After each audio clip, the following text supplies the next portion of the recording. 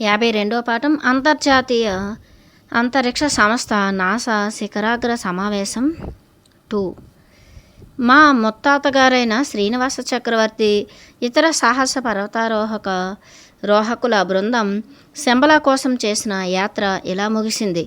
శంబలా ప్రభువు ఈ కలియుగం చివరిలో రాబోయే అవతారంగా ప్రపంచ భవిష్యత్తును తెలిపే పురాణ సంహిత, భవిష్య పురాణం, తాళపత్ర గ్రంథాలు, కలియుగంలో పుట్టబోయే వారి జాతకాలు, ముందే వ్రాసిన నాడీ గ్రంథాలు, ఒక్కసారి కర్పూరం హరించుకుపోయినట్టు గాలిలోకి కరిగిపోయి మాయమయ్యాడు. గడ్డకట్టిన నీళ్లు ద్రవంగా మారి చివరికి ఆవిరిగా, ఆపైన అణువులుగా, అణుధార్మిక విద్యుత్ శక్తిగా, మేఘాల్లో మెరుపులాగా లీనమైనట్లే పదార్థంతో చేయబడిన వస్తువులన్నీ పంచభూతాలలోకి మార్పు కాబడి చివరిదైన ఆకాశతత్వంలోకి లీనమైపోతాయి. ఈ విధంగా అంతర్జాతీయ సంస్థ యునైటెడ్ నేషన్స్ సైన్స్ అంతరిక్ష కేంద్రం నాసాకు వివరించబడింది. పూర్తి సైన్స్ విశ్లేషణతో ఎవరి గుర్రం మీద వీరుడు ప్రపంచంలో అన్ని నగరాల్లోనూ ఒకేసారి కనిపించడం ఎలా సాధ్యం? ఆయన మీద పేల్చిన తుపాకులు, ఆయుధాలు తిరిగి పేల్చిన వారినే చంపడం ఏమిటి అన్న విషయం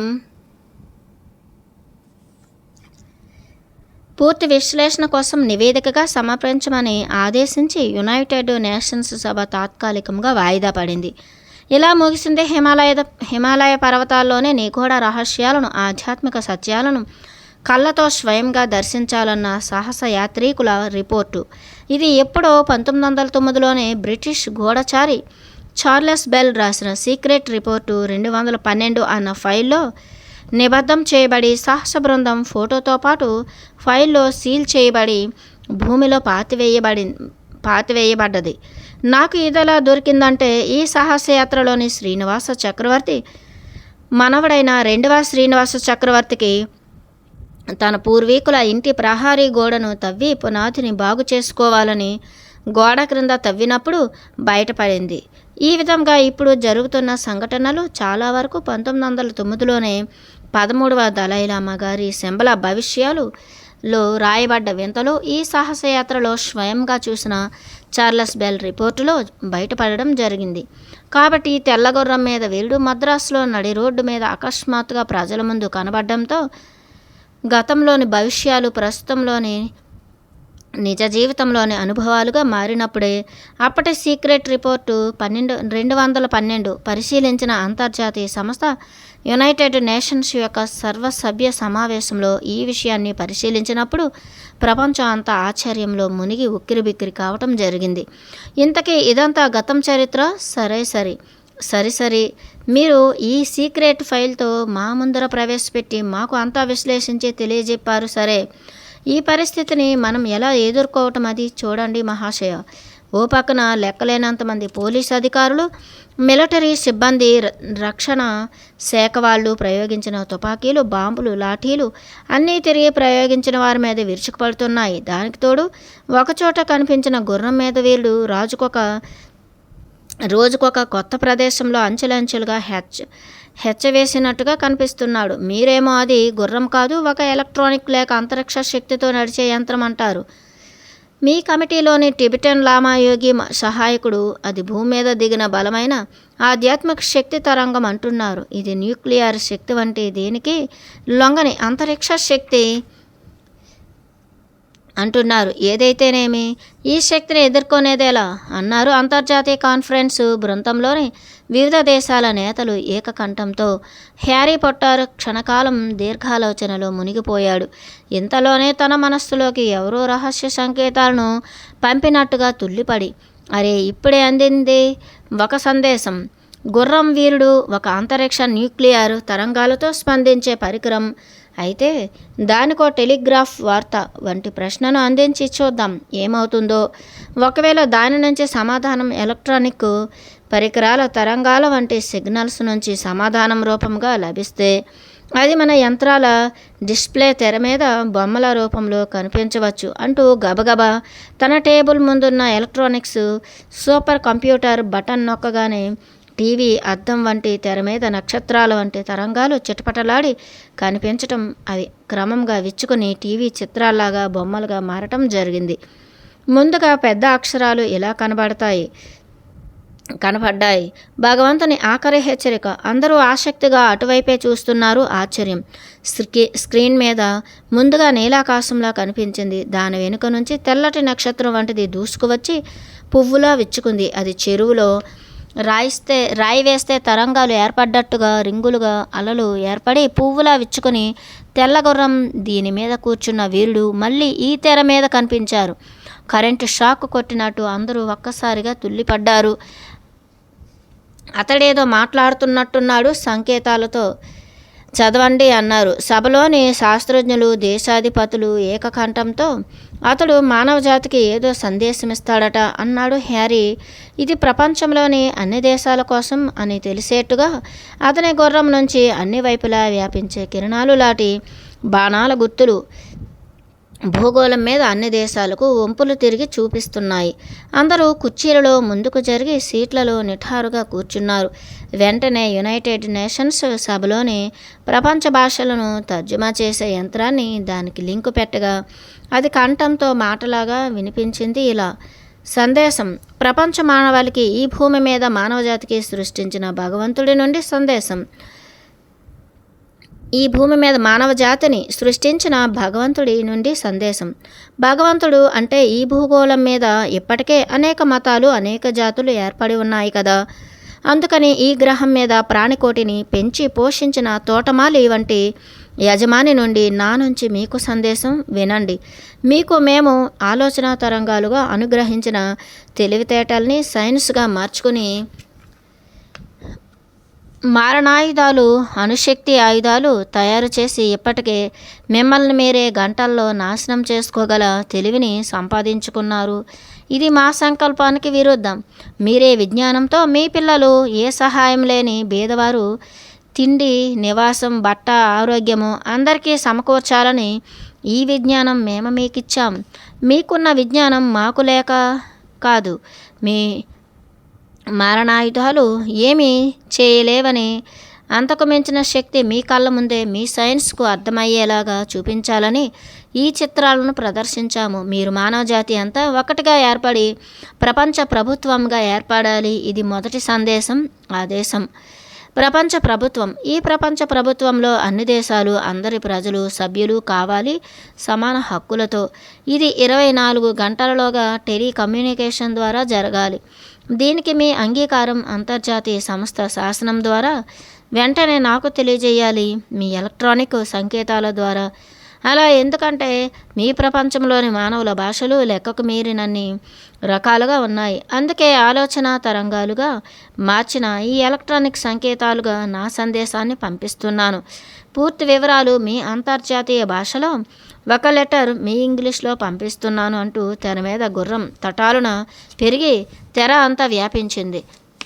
గుర్రం మీద వీరుడు తన తల చుట్టూ కత్తి తిప్పి కత్తిసాము చేసినట్టు మెరుపుల తళుక్కున మెరిపించాడు. నక్షత్రాలుగా నిప్పు రవ్వల వలె చిటపటలాడి టీవీ అద్దం మీద నుంచి గాలిలోకి టీవీ తెరదాటి బయటికి వచ్చి విద్యుత్ రవ్వలుగా ఎగిరిపడ్డాయి. ఆ శక్తి యొక్క వేడికి టీవీ నుంచి పొగ రాసాగింది. మరుక్షణమే తెర మీద వెలుగు మాయమై మామూలు వెలుగుగా మారిపోయింది. అందరూ ఒకరి ముఖాలు ఒకరు చూసుకున్నారు ఆశ్చర్యంతో.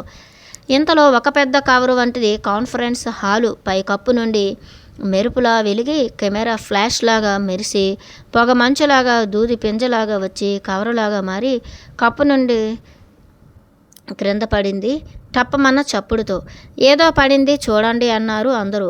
హ్యారీ పాటర్ చేతికి తొడుక్కున్న అణుశక్తి నిరోధక ప్లాస్టిక్ వంటి గ్లౌజుతో ఆ కవరును పట్టకారుతో పట్టి చాకుతో చింపి చూస్తే లోపల టావు సైజులోని తెల్ల కాగితం మీద రాసిన ఇంగ్లీష్ అక్షరాలలో లేఖ అని తేలింది. దాన్ని టీవీ తెర మీద పెద్దదిగా చేసి కంప్యూటర్ ద్వారా అందరికీ చూపిస్తే ఇలా చదివారు ఆ లెటర్లోని సందేశాన్ని: మానవ జాతికి నా సందేశం, ఆదేశం. 53వ పాఠం. అంతర్జాతీయ సైనిక కూటమి, నాటో సేన రాకెట్ లాంచర్ తెల్లబూడిద. అంతర్జాతీయ సంస్థ యునైటెడ్ నేషన్స్ లోని కార్యాచరణ కమిటీ, సెక్యూరిటీ కౌన్సిల్లో శిఖరాగ్ర దేశాలు, నాటో మిలిటరీ సంస్థ వంటి అనేక అధికారాలు గల దేశాల ఎమర్జెన్సీ సమావేశంలో సైన్స్ సంస్థ నాసా ఇచ్చిన విశ్లేషణ, అది గుర్రమో కాదు, ఆ పైనుండేది వీరుడు కాదు, అంతరిక్షం నుంచి వీస్తున్న రిమోట్ కంట్రోల్ ద్వారా నడిపించబడుతున్నది అన్న సందేశాన్ని ఎలా ఎదుర్కోవాలి, దీనికి ప్రపంచ అగ్రదేశాలు ఏం చేయాలి అని తల పట్టుకుని తర్జన భర్జన పడ్డారు.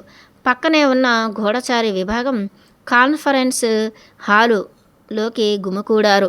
అక్కడ కూడా ఒక పెద్ద టేబుల్ మీద టీవీ సెట్ ద్వారా నాసా నుంచి సైంటిస్టులు పంపే కంప్యూటర్ చిత్రాలు చూడవచ్చు. టీవీ స్క్రీన్ ఒక్క వెలిగి తలుక్కున నక్షత్రాల్లాగా నిప్పు రవ్వలతో చిటపటలాడి టీవీ అద్దంపై నుంచి విద్యుత్తు రవ్వలు జారిపడ్డాయి. గుర్రం మీద వీరుడు పంపిన ప్రపంచ ప్రభుత్వంగా ఏర్పడి ప్రపంచంలోని అన్ని దేశాలు రాష్ట్రాలలాగా పనిచేయాలని, మానవజాతి అంతా ఒక్కటిగా ఏకం కావాలన్న సందేశం తిరిగి వెనక్కి ప్లే చేయగా ఈసారి శిఖరాగ్ర దేశాల నేతలందరూ దాన్ని మళ్ళీ ఇంకోసారి విని తల పంకించారు. అందరూ ఒకరి ముఖాలు ఒకరు చూసుకున్నారు.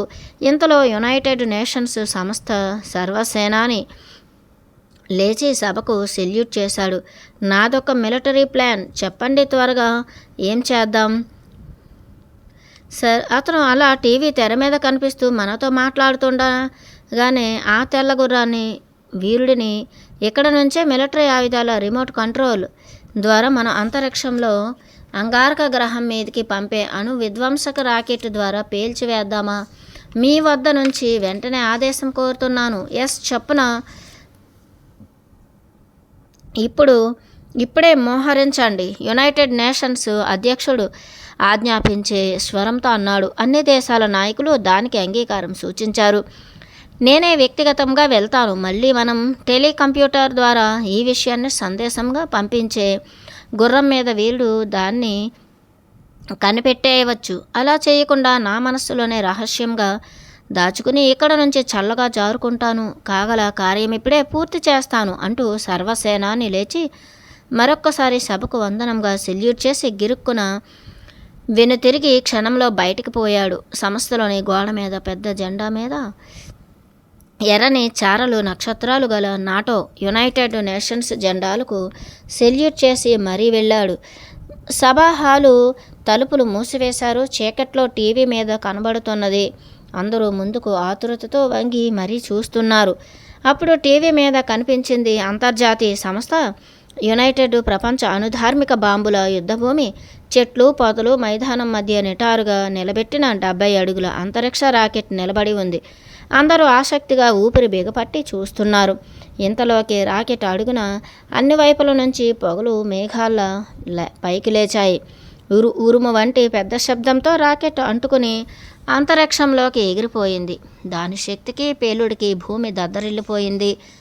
కాన్ఫరెన్స్ హాల్లోని అందరూ భూకంపం వచ్చినట్టుగా తుల్లిపడ్డారు. టీవీ స్క్రీన్ మీద నీలాకాశం మెరుపులతో వెలిగిపోతోంది. దూరాన ఎగురుతున్న రాకెట్ తెల్లగా పెన్సిల్ వంటి అనుక్షిపణి కొనదేలి వెండిలా మెరుస్తోంది. నిటారుగా వెళ్తూనే రాకెట్ చటుక్కున కుడివైపుకి తిరిగి సమకోణంలో వంగి అందులో కనబడుతున్న వీరుడు తెల్లగుర్రం మీదకు దూసుకుపోయింది.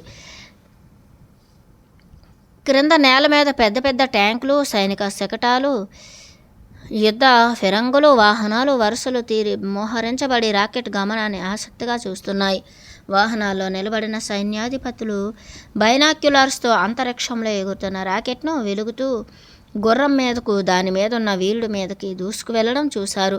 కౌంట్ డౌన్ లేకుండా ఆ వీరుడికి ముందు హెచ్చరికలు లేకుండా గురిపెట్టించి ఫైర్ అన్న కమాండ్ వినిపించింది. అగ్నిపర్వతంలాగా పొగలు చిమ్ముకుని నల్లగా దట్టంగా వ్యాపించే జ్వాల ఎర్రని తోకలా ముందుకు దూసుకు వెళ్ళి గుర్రం మీదకు మోహరించి పేలింది. చెవులు బద్దలయ్యేంత ధ్వని. తెల్లగుర్రం తెల్లని కాంతి నక్షత్రంలా వెలిగి 1000 సూర్యుల వంటి కాంతితో మెరిసింది. టీవీ స్క్రీన్ ఆకాశమంతా కనులు మిరుమిట్లు గొలిపే ఆర్క్ వంటి మంట వెలుగు. అరశిఖరులు అంతా చీకటి. భయంకరమైన శబ్దం. పైనుంచి తుక్కు చెదారంలా రాకెట్ శకలాలు క్రిందికి దిగుతూ సైనిక స్థావరం మీద పడ్డాయి. అరే, మన జీవులు, ఆయుధ శకటాలు, సేనాధిపతులు ఎవరూ లేరే, ఏమయ్యారు అనుకుంటూ కాన్ఫరెన్స్ హాల్లో టీవీని దగ్గరగా జూమ్ చేశారు. దాంతో సైనిక స్థావరం మీది వాహనాలు, ట్యాంకులు నిలబడ్డ చోట తెల్లటి ముగ్గు వంటి బూడిద సరిగ్గా ఆ వాహనాల ఆకారంలో ఏర్పడింది. కొన్ని రాకెట్లు నిలబడి అదే ఆకారంలో మారిపోయాయి. పిడకలు కాల్చిన కచ్చికలాగా ఆకారం మాత్రమే ఉన్న బూడిదగా అంతా క్షణాల మీద జరిగిపోయింది. అయ్యో అమ్మో! చదరంగంలో గుల్లలాగా నిలబడ్డ రాకెట్లు, ఆయుధాలు, మన నాటో సర్వసేనాని కమాండరు, మన అణుధార్మిక సైనిక శకటాలు మొత్తం తెల్లని బూడిద చదరంగం బల్లలాగా ఆకాశంలో విమానంలోంచి కనిపించాయి.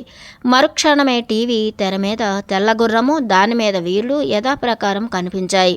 ఈసారి అతని కళ్ళు ఎర్రగా నిప్పు కణికల వలె క్రోధాన్ని సూచిస్తున్నాయి. అతని తలపైన కిరీటం వంటి ఉక్కు శిరస్త్రాణం అగరవత్తి పొగ వంటి ఆవిరితో పొగలు సేగులు బయటికి వ్యాపించసాగాయి. కమిటీ హాలులో ఎవరూ మాట్లాడే ధైర్యం చేయలేదు. అలా క్షణంలో ప్రపంచ దేశాల నేతలందరిలో వాళ్ళ యుద్ధ ట్యాంకులు, రాకెట్లు చదరంగ బల్లల మీద గల్లవల్లే తెల్లని బూడిదగా ముఖానికి రాసుకునే ఫేస్ పౌడర్ల భస్మీపటలం కావడంతో ఇప్పుడేం చేద్దాం, ఇంకేం చేయగలం, కిం కర్తవ్యం అన్న ప్రశ్నార్థకం అంతటా నిశ్శబ్దంగా తాండవించింది. రాకెట్లు, అణుబాంబులు, విధ్వంసక క్షిపణులు అన్నీ ఈనాటి ప్రపంచ దేశాలు తమ శక్తి దేని మీద ఆధారపడి ఉందని నమ్మి గర్వంగా ధైర్యంగా బ్రతుకుతున్నాయో ఆ తెల్లజాతి గర్వం ఒక్కసారిగా బూడిదయ్యింది. తెల్లని భస్మంలాగా నశించిపోయింది. ఆయుధాలే కాదు, ఆయుధాల మీద, యుద్ధం మీద ఉన్న నమ్మకం కూడా ఒక్క దెబ్బతో పటపంచలైపోయింది.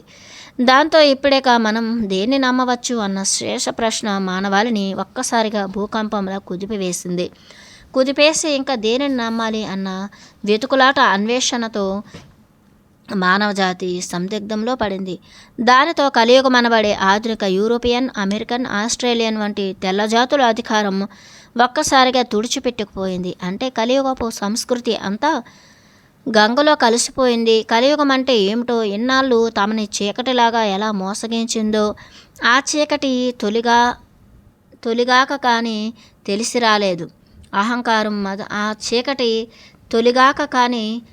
రాలేదు. అహంకారం, మదం బలహీన జాతులను బానిసత్వంతో అణచివేయడం లక్ష్యంగా పెట్టుకున్న యూరోపియన్ సంస్కృతి అంతా కలియుగం అన్న విషయం అప్పుడు కానీ గుర్తుకు రాలేదు.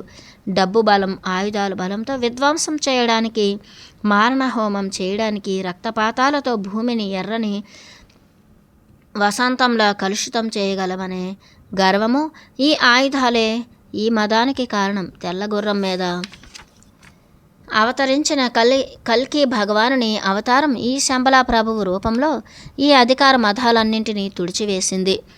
గుడ్డివాడికి తన చేతికర్ర పడిపోతే వెతుకులాట ఎలా ఉంటుందో అలాగా కళ్ళజోడు, దళసరి అద్దాలు రాలిపోతే ఏమీ కనిపించని కబోది పరిస్థితిలాగా మానవజాతికి మానవత్వం అంటే కొత్త నిర్వచనం అవసరమైంది.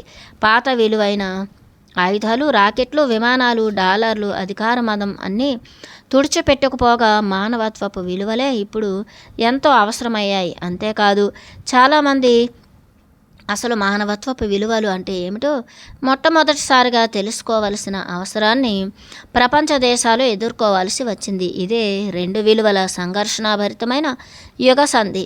కలియుగం అంతమై సత్యయుగం ప్రారంభమయ్యే ఈ యుగ సంధిలోనే అవతారమూర్తులు వస్తారని చెప్పిన కలియుగ ప్రారంభంలోనే శ్రీ వేదవ్యాస మహర్షి భవిష్యత్ కాల జ్ఞానమే నిజమైంది. దాంతో తెల్లగుర్రం మీద వీళ్ళు చేయదలుచుకున్న పనిలో కలిరూపు నాశనం చేయడం పూర్తి అయ్యింది. ఇప్పుడు ఈ ప్రపంచాన్ని తిరిగి పునర్నిర్మాణం చేయాలి. మానవ సమాజానికి కొత్త విలువలు ఇవ్వాలి. మానవ జాతికి కొత్త పునాదులు సృష్టించాలి. మనిషిలో విలువైనదేమిటో గుడ్డివాళ్ల కళ్ళు తెరిపించినట్లు కొత్త దృక్పథాన్ని ప్రసాదించాలి. మనిషి శరీరం కుళ్ళిపోయి మట్టిలో కలిసిపోయే వ్యర్థ పదార్థం, అందులోని మనస్సు, ఆలోచన శక్తి, వివేకము, శాశ్వతమనే సత్యాన్ని గుర్తించే ఆత్మ, వీటిని అభివృద్ధి చేసుకోవడానికే మానవజాతి ఈ భూమి మీద సృష్టించబడిందని తెలిపే నూతన యుగ ధర్మం కల్కి భగవానుడు చేపట్టే గాథ అంతా రాయాలంటే అదంతా వేరే గ్రంథం అవుతుంది. దుష్ట సంహారం అన్న మొదటి ధర్మం పూర్తయింది. ధర్మ సంస్థాపన అన్న రెండవ ధర్మం ప్రారంభించాలి. మరి ఎలాగో తెలుసుకుందామా? రానున్న గ్రంథంలో 54వ పాఠం. రానున్నది భవిష్య పురాణం, కల్కి పురాణం. నేను నా ముందు మాటతో మీతో చెప్పినట్టు ఇది కథ కాదు, కల్పిత నవల కాదు. ఈ సంగతి మీరీపాటికే ఇంతకు ముందరి అధ్యాయాలలో వర్ణించిన హిమాలయాలలోని సాహసయాత్ర వివరాలు చదివితే ఈ విషయాన్ని గ్రహించే ఉంటారు. ఎప్పుడో దాదాపు 3 దశాబ్దాల క్రింద, అంటే సరిగ్గా చెప్పాలంటే 1985 అక్టోబరు 23వ తేదీన మా తాతగారైన శ్రీనివాస చక్రవర్తి అంతర్జాతీయ సంస్థ యునైటెడ్ నేషన్స్లో చేసిన గంభీరోపన్యాసంలో ఆయన చెప్పిన జరగబోయే ప్రపంచ భవిష్యత్తులో రాగల ప్రళయాలు, భూకంపాలు, సునామీలు, అంటే సముద్ర ఉప్పెనులు, కాలజ్ఞానంలో వీరబ్రహ్మేంద్ర యోగి వ్రాసిన భవిష్యత్తు ఆధారంగాను, ఇంకా హిమాలయ పర్వతాలలోని శంబల భవిష్యాల్లోనూ చెప్పబడినవి ఇంకా ఎన్నో జరుగుతాయని వారిచ్చిన ప్రపంచ భవిష్యత్తు ఇప్పుడు యథార్థంగా జరుగుతున్నది. అందులోని ముఖ్య భవిష్యత్తు ఇప్పుడు యథార్థంగా జరుగుతున్నది. అందులోని ముఖ్యమైన మెరుపు సంఘటన తెల్ల గుర్రం మీద కత్తి పట్టుకుని కూర్చున్న వీరుడు ప్రపంచంలోని అనేక దేశాల ప్రధాన నగరాలలో ఒక్కసారిగా దర్శనమియ్యటంతో ప్రపంచమంతా ఒక్కసారిగా సంక్షోభంలో పడిపోయింది. ఇది ప్రపంచ వార్తలలో కల్లా సంచలన వార్త అయి టీవీ వార్తలలోనూ, పత్రికలలోనూ, ప్రచార సాధనాల్లోనూ, అంతర్జాతీయ వేదికల మీద మారుమోగిపోయింది. ఇదంతా ఒక ఎత్తు. ఇక దీనిని మించిన పరమాశ్చర్యం ఇంకొకటి ఉంది. అది వేరే ఎత్తు. అదేమిటంటే మా తాతగారు శ్రీనివాస చక్రవర్తి చెప్పిన భవిష్యత్తులో ఉదహరించిన శంబలాకు సాహసయాత్ర అన్న రహస్య నివేదిక అంతర్జాతీయ యునైటెడ్ నేషన్స్ రహస్య కాగితాలలో సీక్రెట్ ఫైల్ 212లో భద్రంగా సీలు చేయబడినది నాకు లభించడం. ఇది నేనెంతకుముందే మనవి చేసినట్టుగా 1903, 1909 మధ్య కాలంలో ఒక సాహసయాత్రికుల బృందం హిమాలయ పర్వతాలలో రహస్యంగా పర్యటించి శంబలా కోసం అన్వేషించారు. అందులో ఎందరో ప్రపంచ ప్రఖ్యాత వ్యక్తులు పాల్గొన్నారు. వీరిలో ముఖ్యులు లండన్లోని అసాధారణ మేధావి, అపరాధ పరిశోధకుడు అయిన షెర్లాక్ హోమ్స్. నిజమైన వ్యక్తి అని, ఆయన నవలలో కల్పించబడిన కల్పిత పాత్ర కాదని తెలియజేసే రహస్యాలు ఈ శంబలా సాహసయాత్ర రిపోర్టులో లభించడం నమ్మలేని సత్యం. వీటన్నింటినీ మించిన యథార్థ సాక్ష్యం, ప్రత్యక్ష నిదర్శనం మా తాతగారి సాహసయాత్రికుల బృందం అంతా కలిసి తీసుకున్న గ్రూప్ ఫోటో. ఈ ఫోటోలు షెర్లాక్ హోమ్స్ తన ప్రత్యేకమైన పొడిగాటి పైపుతో తలపై ఎత్తుటోపి ధరించి కూర్చుని ఉండటంతో పాటు అతడే మారువేషంలో బ్రిటిష్ గూఢచారిగా చార్లెస్ బెల్ అన్న నకిలీ పేరుతో శంబలాకు పోయే ఈ సాహసయాత్రికుల బృందంతో చేరడం అత్యంత నిగూఢమైన, ఉత్కంఠభరితమైన నిజం. ఇవన్నీ అంటే మా తాతగారి సాహసయాత్రలోని ఇన్ని వింతలు, విశేషాలు ఏవి కూడా నా దృష్టికి రాకుండానే కాలగర్భంలో కలిసిపోయి ఉండేవి. కానీ అంతా కాలపురుషుని లీల. ఎప్పుడో వెనుకటి 19వ శతాబ్దంలో చేసిన శంబలా యాత్ర విశేషాలు గల ఈ రిపోర్టు భద్రంగా తోలుతో బైండ్ చేసి చెక్కలతో అట్టవేసిన చిట్ట పుస్తకంలో పైన చెప్పిన గ్రూప్ ఫోటోతో సహా భద్రపరచబడి పెద్ద భూషాణం వంటి ట్రంకు పెట్టెలో మా ఇంటి ప్రహారీ గోడ క్రింద భూస్థాపితం చేయబడి ఉండటం. అది మామూలుగా అయితే నా దృష్టికి రాకుండానే కాలగర్భంలో కలిసిపోయి ఉండాల్సింది. వానకు తడిసి తేమకు తుప్పు పట్టి 100 ఏళ్ళు దాటి చెదలు తినేసి మట్టిగా మారిపోకుండా ఈ విధంగా నిలిచి ఉండటమా?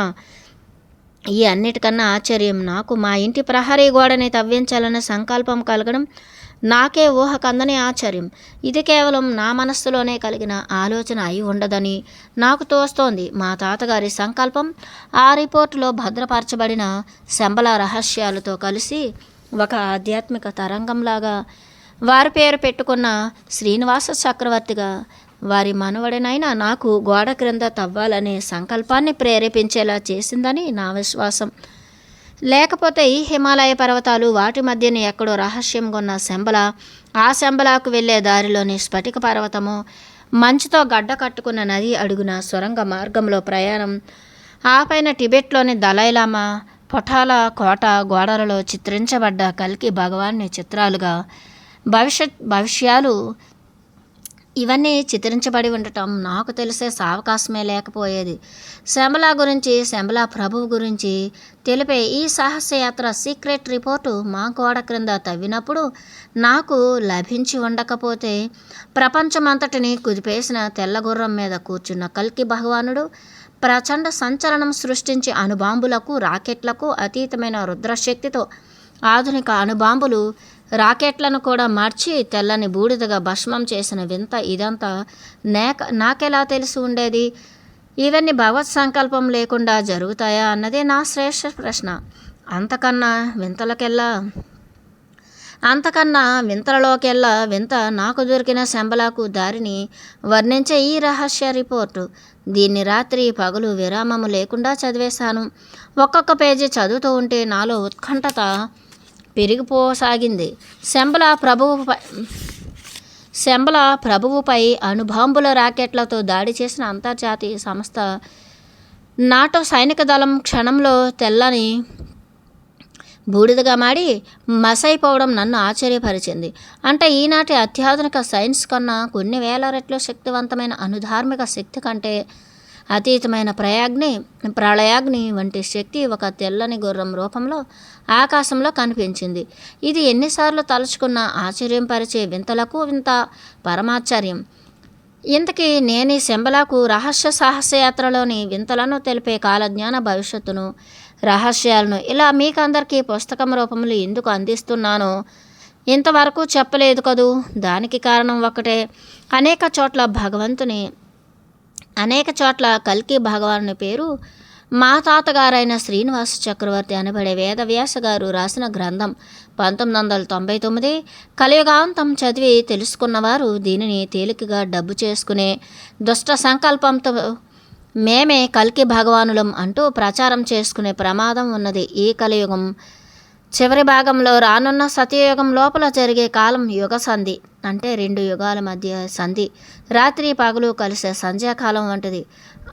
అసుర సంధ్యల వంటి ఈ యుగ సంధి రానున్న ఈ కాలంలో అనేక మంది దుర్మార్గులు, దొంగలు, అమాయకులను మోసం చేసి భక్తి విశ్వాసాలు ఉన్న వారిని దోపిడీ చేసే పన్నాగంతో మేమే భగవంతుని అవతారం అంటూ కొందరు, మేమే కల్కి భగవానులం అంటూ ఇంకొందరు దండిగా దక్షిణలు దండుకుంటూ ఎక్కువ దక్షిణలు ఇచ్చిన వారిని మర్నాడే మోక్షం ఇస్తాం అంటూ మరికొందరు, మా కల్కి ముఠాలో చేరిన వారికి 24 గంటల్లోగా మోక్షం గ్యారంటీ, సంతృప్తి లేకపోతే మీ డబ్బు వాపస్ అంటూనో వ్యాపార సరళిలో ప్రకటనలు చేస్తూ ప్రచారం చేసుకునే అమాయకులను కొల్లగొట్టుతారు.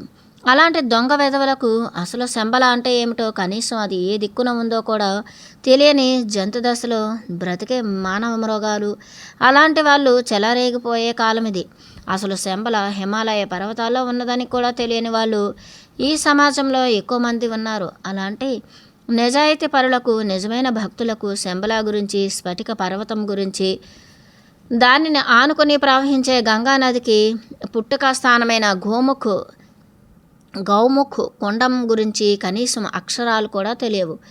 మనస్సు కంటే అతీతమైన ఆకాశం వలె నిర్మలమైన అతీత జ్ఞానస్థితిలో ఉండి నిరంతరం తపస్సులో మునిగి ఉన్న చిరంజీవులు, సిద్ధపురుషుల తపోభూమి ఈ శంబలకు చుట్టూ ప్రహరీ గోడవలే కాపలాగా ఉన్నదని అసలే తెలియని అజ్ఞానులు ఇంకా ఎందరో. అలాంటి వారు తన ఇల్లు కదలకుండానే డబ్బులు మూట కట్టుకొని ప్రజల గొంతులు కొయ్యాలని చూసే రాజకీయవేత్తల కన్నా హీనాతి హీనమైన వారు, వ్యాపారస్తుల కన్నా నీచులు.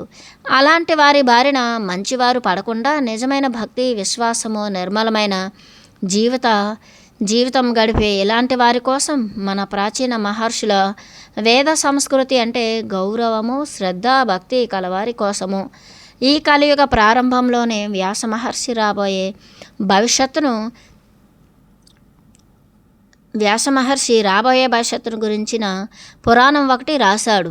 అందులో శ్రీకృష్ణ భగవానుని నిర్యాణం జరిగిన కలియుగారంభం రోజు నుంచి భవిష్యత్తులో రాగల యుగసంధి దాకా జరగనున్న చరిత్ర, భవిష్యాలు ఎన్నో సంస్కృతంలో రాసిపెట్టాడు మన కోసం. ఆ పురాణం పేరు భవిష్య పురాణం. అందులో శంబల గురించి, కల్కి భగవానుడి గురించి, స్ఫటిక పర్వతం గురించి శ్వేత ద్వీపం అన్న రహస్య సంస్కృత నామంతో వర్ణించాడు. కల్కి పురాణం అన్న ఒక రహస్య పురాణం కూడా ఆయన వేరే రాసి ఉంచారు. అందులోని విషయాలు 1903 ప్రాంతంలో రష్యా నుంచి బయలుదేరిన పరిశోధకుడు నికోలస్ రోరిచ్తో పాటు కొందరు సైన్స్ పరిశోధన యాత్రగా హిమాలయాల్లో పర్యటించారు. అందులో వీరు కనుగొన్నవి, చూసినవి, అనుభవించినవి ఒక రిపోర్టులాగా వ్రాసి అందులో అందరు సభ్యులు సంతకాలు చేశారు. దాని యొక్క సారాంశమే ఇంతవరకు మీకు అందించాను. దీనివల్ల సమాజంలోని దొంగ విధవల మోసాలు, డబ్బు వాంఛ, స్త్రీ వాంఛ, అధికార వాంఛ, పోని నీచులు, మద్య మాంసాలు తాగే వాళ్ళు సమాజాన్ని కొల్లగొట్టాలని, ప్రపంచాన్ని దండుకోవాలని, మేమే కల్కి భగవానులం అని ప్రచారం చేస్తున్న దొంగలు కొందరు అరెస్టులై లాకప్లలోనే విశ్రాంతి తీసుకుంటున్నారు. మరికొందరు పోలీసు డిపార్ట్మెంటులోనే శిష్యులను పోగు చేసి వారి సాయంతో పోలీసులను కూడా తప్పించుకొని తిరుగుతున్నారు. ఇలాంటి వారి తప్పుడు ప్రచారానికి మోసపోకుండా నిజమైన భక్తులు, పరిశోధన దృష్టిగల ఆధ్యాత్మిక సాధకులు యథార్థం తెలుసుకోవాలని ఈ రిపోర్టును బహిరంగంగా ప్రచురిస్తున్నాను. నా కోసం ఎటువంటి స్వార్థ చింతన లేకుండా దీనిని అర్థం చేసుకుని సహృదయంతో చదివి ఇందులోని మహత్తర విషయాలని ధ్యానించి పరమాత్మని దయను పొందగలరని గాఢంగా కోరుతూ మీకిది పూజ పుష్పంగా సమర్పిస్తున్నాను. దీని తర్వాతి పూర్తి ఆధ్యాత్మిక రహస్యాలతో ఈ కలియుగం మొదట్లో శ్రీ వేదవ్యాస భగవానుడు రాబోయే ప్రపంచ భవిష్యత్తును తెలిపిన భవిష్య పురాణంలోని అనేక ఆశ్చర్యకరమైన వింతలు రానున్న నా మరొక గ్రంథం భవిష్య పురాణంలో అందిస్తున్నాను. ఇప్పటికే ఈ పుస్తకం పొడుగు చాలా పెరిగిపోయినందువల్ల పాఠకులకు శ్రమ లేకుండా రానున్న కల్కి భగవాను అవతారగాథ యావత్తు ఇటు కల్కి పురాణంలోను, అటు భవిష్య పురాణంలోను, ఇంకా టిబెట్లోని 13వ దలైలామా గోడలపై చిత్రించిన కల్కి భగవాన్ని భవిష్యత్తు వివరాలు దీంట్లో అందజేస్తానని మనవి చేస్తున్నాను. అన్నట్టు మర్చిపోయానండోయ్, అసలు విషయం ఒకటి దేవరహస్యం గురించి మీకు చెప్పలేదు. శంబలా ప్రభు అని హిమాలయాల్లోని టిబెట్, భూటాన్, సిక్కిం, గోబీ ఎడారి క్రిందనున్న కారకోరం మంచు పర్వతాలలో ప్రసిద్ధి పొందిన అవతారమూర్తి కల్కి భగవానుడుగా కల్కి పురాణం అనబడే ఉపపురాణంలో వేదవ్యాస మహర్షి మహాభారత కాలం చివరిలో రాసిపెట్టాడని, ఈ కల్కి పురాణంలో చెప్పని ఇంకొన్ని రహస్యవేత్తలు విశేషాలు వేదవ్యాస మహర్షి రచించిన భవిష్య పురాణంలో ఇచ్చాడు. ఇందులో కల్కి భగవాను తల్లిదండ్రులు ఎవరు, ఆయన ఎప్పుడు అవతరిస్తాడో, ఆనాటి తిథి, నక్షత్రం, గ్రహస్థితి, జాతక కుండలితో వివరిస్తుంది భవిష్య పురాణం. రాముడి గురించి రామాయణంలోను, భాగవతం, హరివంశ పురాణాల్లో శ్రీకృష్ణ భగవానుని సంపూర్ణ జీవిత చరిత్ర రాసినట్టే. అందులో ఎన్నో వింతలు, విశేషాలు, దేవరహస్యాలు, కల్కి మంత్రం వంటివి మీకు చెప్పాలని ఉన్న ఈ గ్రంథం ఇప్పటికే హనుమంతుని తోకలా పెరిగిపోకుండా రానున్న నా గ్రంథంలో వ్రాసాను. త్వరలో అచ్చుకు కూడా సిద్ధమవుతుంది. మరిన్ని విశేషాలతో భవిష్య పురాణంతో కలుసుకుందామా?